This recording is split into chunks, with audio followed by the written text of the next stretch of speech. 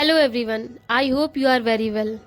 ये वीडियो मेरा खासकर महिला अध्यापिकाओं के लिए है। जानना तो इनके बारे में सभी को चाहिए और बहुत से लोगों को पता होगा, लेकिन मुझे जब पता चला तो मैंने सोचा इनसे रूबरू सभी को कराया जाए। मैं बात कर रही हूँ सावित्रीबाई फूले के बारे में।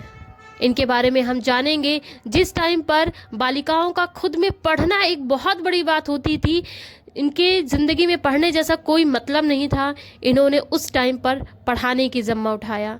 तो हम बात करेंगे सावित्रीबाई फूले के बारे में। चलिए जानते हैं कुछ तथ्य इनके बारे में। भारत की प्रथम महिला शिक्षक अध्यापक सावित्रीबाई फूले थीं। सावित्रीबाई फूले का जन्म 3 जनवरी 1831 को हुआ था। इनके पिता का नाम खंडोजी नवेसे और माता का नाम लक्ष्मीबाई था। सावित्रीबाई फूले का विवाह 1841 में ज्योतिबा राव फूले से हुआ था। सावित्रीबाई फूले भारत के पहली बालिका विद्यालय की पहली प्रिंसिपल और पहले किसान स्कूल की संस्थापक थीं। सावित्रीबाई ने अपने जीवन को एक मिशन की तरह से जिया, जिसका उद्देश्य था विधवा विवाह करवाना, छुआछूत मिटाना, महिलाओं की मुक्ति और दलित महिलाओं को शिक्षित बनाना। उनके लक्ष्य थे। जानते हैं हम और भी कुछ बातें। वे स्कूल जाती थीं तो उनका विरोध लोग उन पर पत्थर मारते थे, उन पर गंदगी फेंकते थे। बात सिर्फ यहाँ ही खत्म नहीं हुई, उनकी मुश्किलें दिन पर दिन बढ़ती गईं। उनकी मुश्किलों को जानते हैं कुछ इस एक दिन इन सब चीज़ों से बहुत तंग आकर उन्होंने फैसला लिया कि अब वो विद्यालय नहीं जाएंगी, पर उनके पति ज्योतिबा राव फूले ने उन्हें समझाया। फिर उनको ये बात समझ में आई। अगले दिन से वो कुछ इस प्रकार निकली। उन्होंने जो उनके ऊपर कीचड़ फेंकते थे, उन्होंने उनसे बोला, मैं अपनी बहनों को पढ़ाने का काम करती हूँ, तो आप लोग मेरे ऊपर गोबर पत्थर कीचड़ फेंक रहे हो, वो मुझे फूलों के समान लगते हैं। इन्होंने कुछ इस प्रकार उनसे वचन बोले।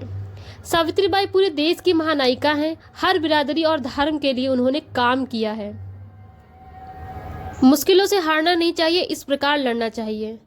जब सावित्रीबाई कन्याओं को पढ़ाने के लिए जाती थीं तो रास्ते में लोग उन पर गंदगी, कीचड़, गोबर, जितना भी गंदा हो सकता था वो फेंका करते थे। सावित्रीबाई एक साड़ी अपने थैले में लेकर जाती थीं और स्कूल पहुंचकर गंदी कर दी गई साड़ी को बदल लेती थीं।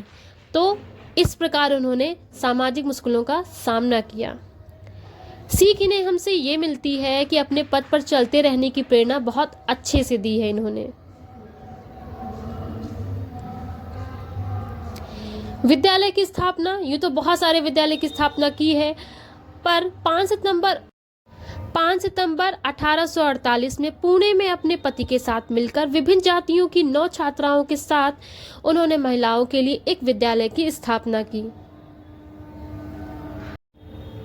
1 वर्ष में सावित्रीबाई और महात्मा फूले 5 नए विद्यालय खोलने में सफल हुए। तत्कालीन सरकार ने इन्हें सम्मानित भी किया। जब कोई कार्य सफल हो जाता है तो सम्मानित करने के लिए सभी लोग आ जाते हैं, जैसा हम सभी को पता है। बात सिर्फ वहां तक नहीं थी। 10 मार्च 1897 को प्लेग के कारण सावित्रीबाई फूले का निधन हो गया। प्लेग महामारी में सावित्रीबाई प्लेग के मरीजों की सेवा करती थी। इसी कारण प्लेग रोग एक महामारी ऐसी है जो छुआछूत की बीमारी है, जिसके कारण सावित्रीबाई फूले को प्लेग का सामना करना पड़ा और वो वीर गति को प्राप्त हुई। सन 1848 में बालिका विद्यालय चलाना कितना मुश्किल हो रहा होगा, इसकी कल्पना शायद आज हम नहीं कर सकते हैं। आप मुझे कमेंट सेक्शन में ज़रूर बताइएगा कि आपको ये जानकारी कैसी लगी।